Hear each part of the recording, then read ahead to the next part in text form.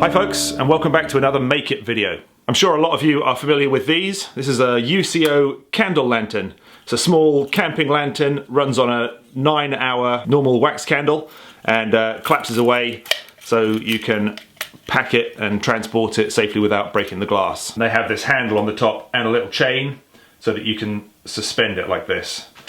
I'm a big fan of these. I've had 2 or 3 over the years, and you know, they're great. They don't take up a lot of space. They're pretty lightweight, and they just give off a nice real flame ambient light in camp. They run on special candles which fit inside this tube here, and there's a spring inside so that the candle is always pushed up to the top of this tube, so the flame is always in the right place. You know, it doesn't burn down and then disappear behind this housing here. You know, the candle is always pushed to the top, so the flame is always in the right place behind that glass. It's a really good design.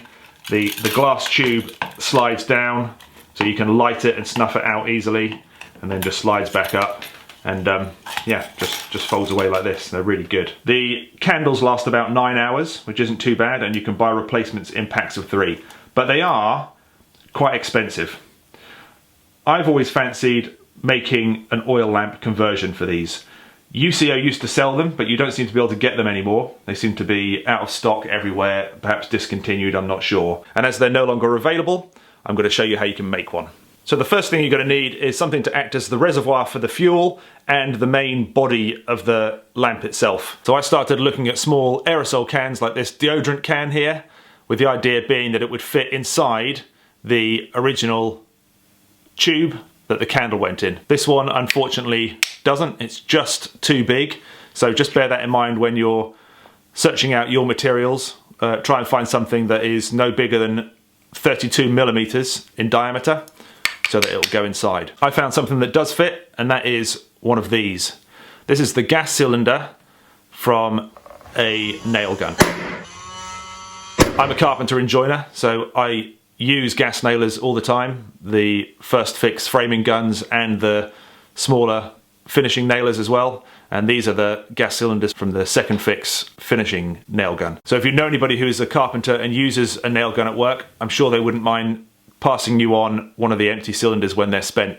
They're not fillable or anything like that, you know, they are disposable. They just get thrown out when they're used. It's also worth noting that there is a larger cylinder for the bigger framing gun, so just make sure you get the right one. It's the smaller one you need. Now I'm sure if you spent some time and hunted around, you could find something else that fitted equally well, but it's really nice for me to use something that would otherwise get thrown away, that's not recyclable, and that would just end up in landfill. So as you can see, that fits in there perfectly, and the base, including the spring for holding the candle on, goes on as well. Other things I'm going to use are a piece of brass tubing. That's 4mm external diameter, 3mm internal diameter. I bought my tubing on eBay, but you can also buy them from modelling shops and from craft suppliers. I have a male and female chainring bolt. This is used to connect your chain rings to your front crank on a mountain bike. You can buy these bolts from bike shops or online, or better still, you can salvage them off an old bike.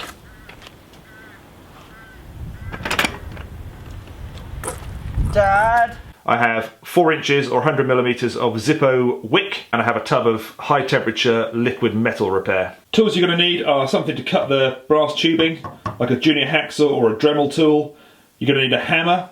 A pair of tweezers are going to be useful, as is a pair of needle nose pliers, some side pull cable cutters, a couple of drifts, a needle file, a sanding block or emery paper or something along those lines, wet and dry paper, a a tape measure and a pair of scissors. You're going to need to drill a hole, so I'm going to use my drill press to do that just because I'm in my workshop and it's here, but you could use an electric drill or a hand drill. The hole you need to drill is 10mm in diameter. I prefer to use a step drill bit which has increments on it, so the deeper you plunge the drill, the bigger the hole. So I know that the fourth step up here is 10mm, so I'll just drill up to that step and it will be good.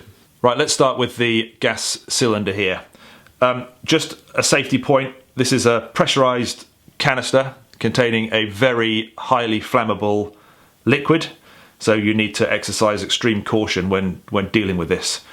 It needs to be completely empty before you go any further. Take the plastic top off, that's only used when it's actually inside the nail gun, so you can get rid of that. And then what you're left with is this little red spigoty bit sticking up there. To check that it's empty, I'm going to press that red nozzle against something, in this case my vise, but I don't want to completely seal off the end of that because that could make a seal in itself and stop anything from escaping. So I'm just going to kind of press half of it against the vise and just make sure nothing comes out. The next thing is to remove that red nozzle and to push the valve down inside the cylinder. Now there is a good chance that there is still some pressurization and some gas inside this canister. So I would strongly advise you to use a gloved hand or a vise to hold it while you push the valve down, because if there is anything in there that needs to get out, what will happen is this cylinder here will supercool. To knock the valve in, you're going to need some sort of punch or drift. I've just got a small piece of wire here, which I'm just going to put over the top of the valve and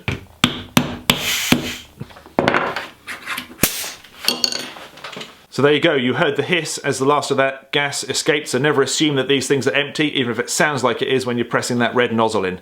Just take care. The next thing is to drill this hole out here. You need to end up with a hole that is 10mm in diameter.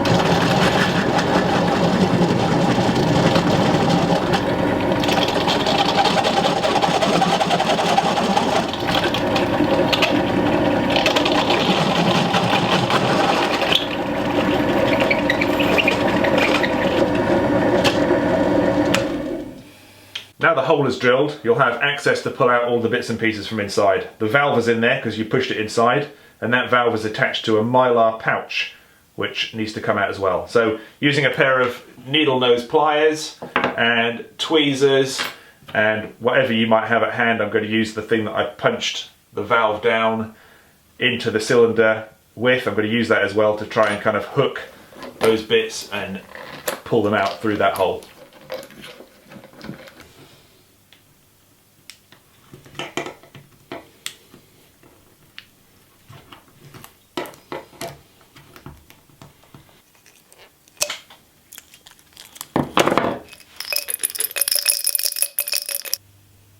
Fishing around and pulling all those bits out from inside the canister is probably the hardest part of the project.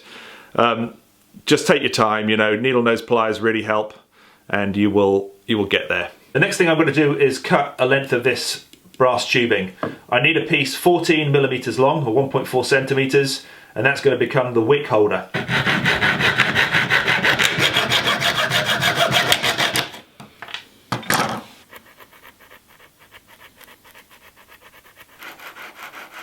Filed all the burrs off that wick holder and just given it a bit of a sand and a clean up, and that's going to go inside the male part of that crank bolt, and I'm going to use some of the liquid metal just to glue that in there, and that's how that'll sit. So you can unscrew that from the female part, which will be attached to the old gas canister for filling it up, and then you can screw it back on there and the wick will be coming out of the top here. That's how it'll work.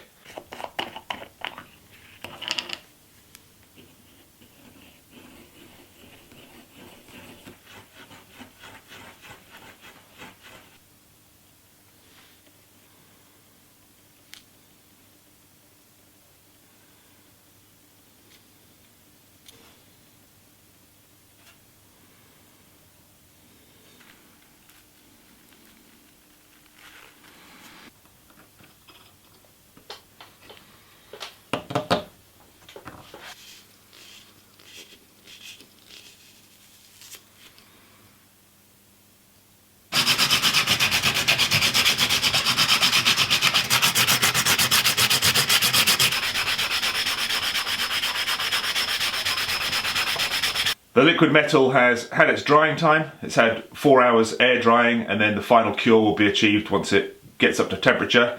It's heat activated, and I've just used the time to sand the outside of the canister just to get all the paint off and make it look nice. The female half of the chainring bolt that's glued into the top of the canister provides you a filling point, so you can fill this up with fuel, and then the other part just screws on with the little brass tube in.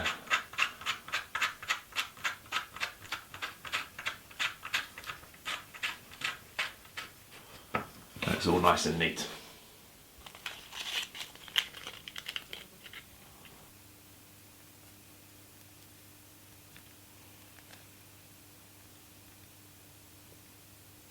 Push the wick through until you've got a good amount sticking up above the holder. We're going to trim that later, but the next thing we need to do is to crimp the top of that tube to stop it from pulling back through. We want to be able to adjust the wick, so we want to be able to pull it a little bit up as and when needed and then trim it, but we don't want it to pull back down through the hole. Using a pair of wire cutters, I'm just going to gently squeeze the top of that tube and squash it together.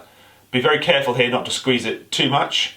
You don't want to trap the wick in there so you can't move it. It just wants to be enough to grip it, so you can still pull it through with a pair of pliers to adjust it.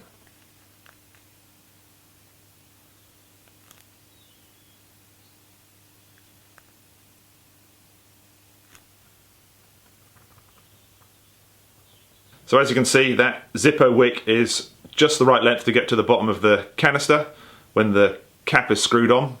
So that should work well. You can get wick in all different shapes and sizes. You don't have to use a Zippo one. I just happen to have a spare Zippo wick lying around, which is why I've used it. With regards to trimming the wick, I found that a wick about 5mm long is about right, maybe just a little bit under. You'll have to play around and see what works.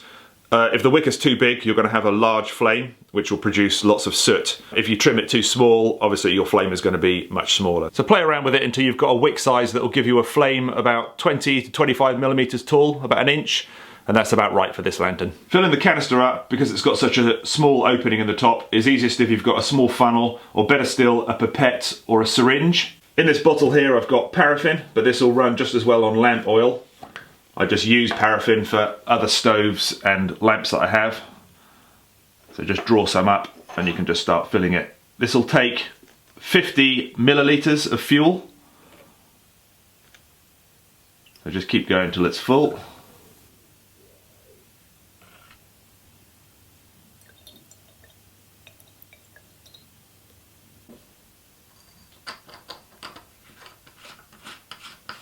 Once you've screwed the wick in, just leave it for a few minutes to allow the wick to draw up that paraffin. Don't try and light it straight away because you'll just burn the wick through. For transportation, I wouldn't recommend transporting it full.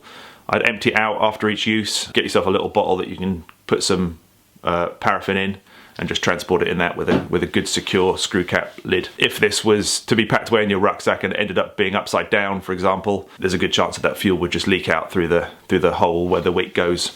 So yeah, just empty it out each time.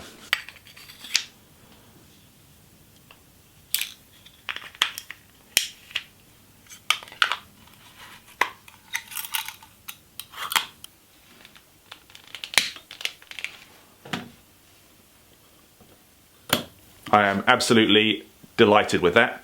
I've done a burn test, and one full canister, so that's 50 millilitres of fuel, of paraffin, burns for an incredible 21 hours. Not bad compared to the 9-hour burn time of the original candles that are designed to go in it. I'm absolutely delighted. I often carry paraffin with me anyway for stoves and for other lamps, and you can always use the paraffin to help get your fire going. It's a really good time at the moment for these home DIY projects, so if you're looking for some inspiration for things to make while you're in lockdown, I'm going to point you towards a guy called Richard Outdoors. As well as several videos on making outdoor gear, he also makes and dehydrates his own backpacking meals.